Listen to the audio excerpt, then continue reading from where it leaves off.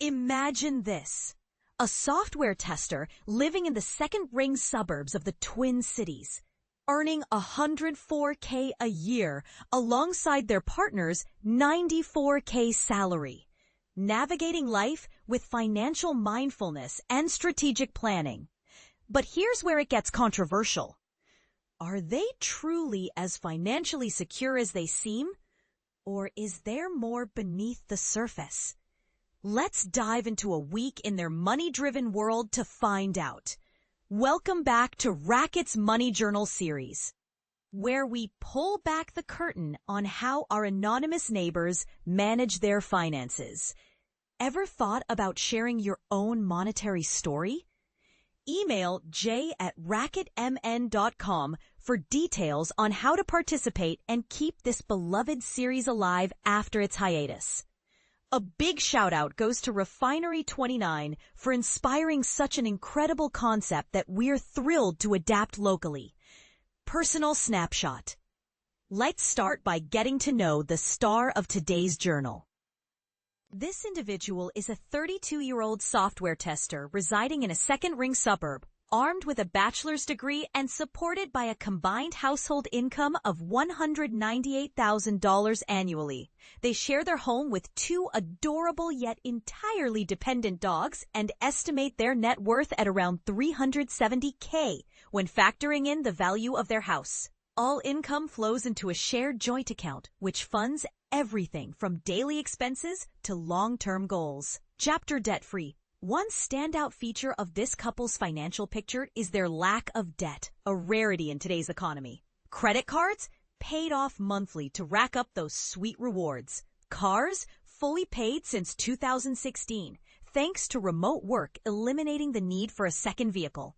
Their mortgage stands at $216K, locked in at a stellar sub 3.5% interest rate from 2021, meaning they're in no rush to pay it off early. And just for fun, let's talk hypotheticals. If they ever divorced, knock on wood, the first dog would go to them, the second to their partner, and the money would be split evenly. It's quirky, but hey, who says divorce agreements can't have personality? Assets and savings.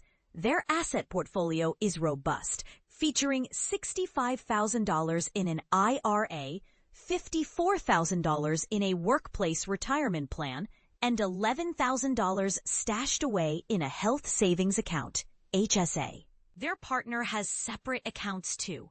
Non-retirement cash totals $44,000, divided between an emergency fund earning 3.5% interest, earmarked savings for home improvements like bathroom remodels and AC repairs, and some funds set aside for upcoming medical costs.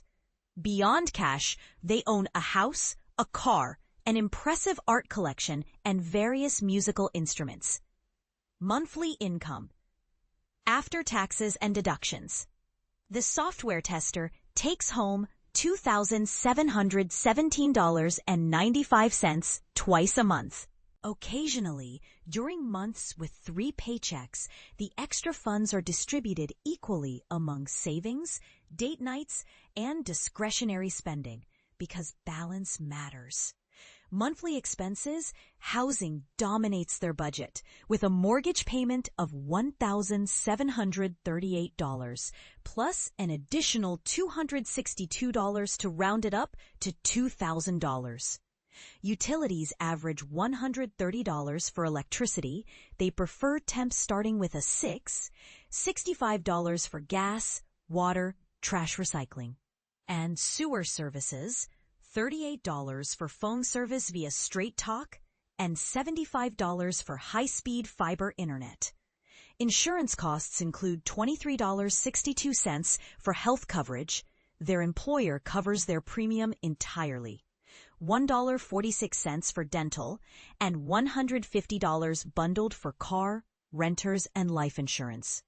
Retirement contributions are automated, with 6% of pre-tax income going toward a 401k matched fully by their employer, along with an additional $500 per month directed into their IRA.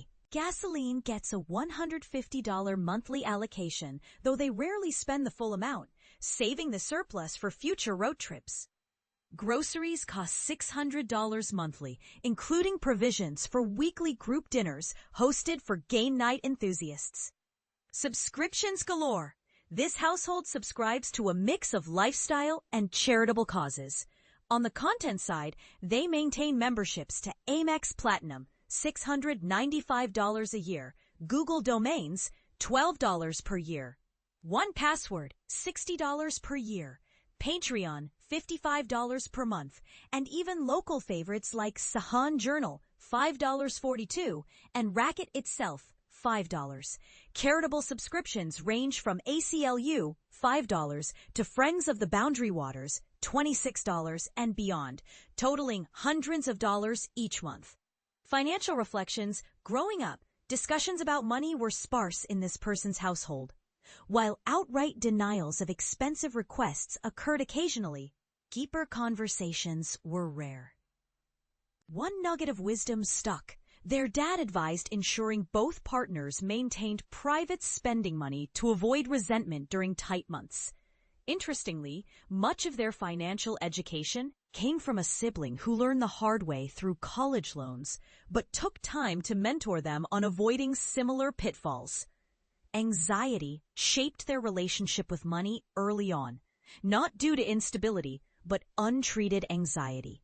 This mindset led to frugal habits, like skipping trendy outings or extravagant vacations in favor of family visits and state park cabins. True independence arrived around age 24, when stable employment allowed them to live without fallback options. Budgeting became a lifeline thanks to tools like YNAB, You Need a Budget. The principle of assigning every dollar a purpose resonated deeply, transforming their approach over nearly a decade. Even now, despite having substantial funds in checking, my emotional support dragon hoard, they track every expense meticulously, ensuring peace of mind and avoiding lifestyle inflation. Gifts and support. Family played a pivotal role in their financial journey. Co-signing student loans secured a low 2.3% interest rate, while gifts totaling $10,000 helped fund their wedding. Vehicles passed down through generations provided reliable transportation. And a tradition called Trickle-Down Christmas gifted items ranging from couches to computers. Knowing they had a safety net allowed them to take calculated risks, like leaving a stable job for a startup that ultimately doubled their income. Still, lingering concerns persist, with a chronic, progressive disability threatening their ability to work until retirement.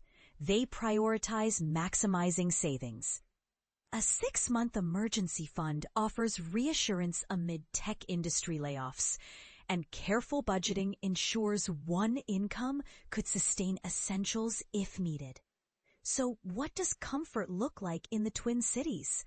For this duo, $100K feels sufficient for suburban living, allowing occasional indulgences without constant financial stress.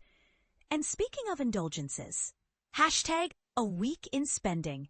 Day 1 kicked off with a $205 wedding gift and a $151 air purifier purchase due to poor air quality. Day 2 saw $2,790 spent on central air conditioning work, though more expenses loomed ahead. Day 3 brought $10 for medications, followed by $100 on Day 4 for trash removal and a Taco Bell dinner covered by a gift card. Uber Eats delivered dinner on Day 5, partially reimbursed by credit card perks.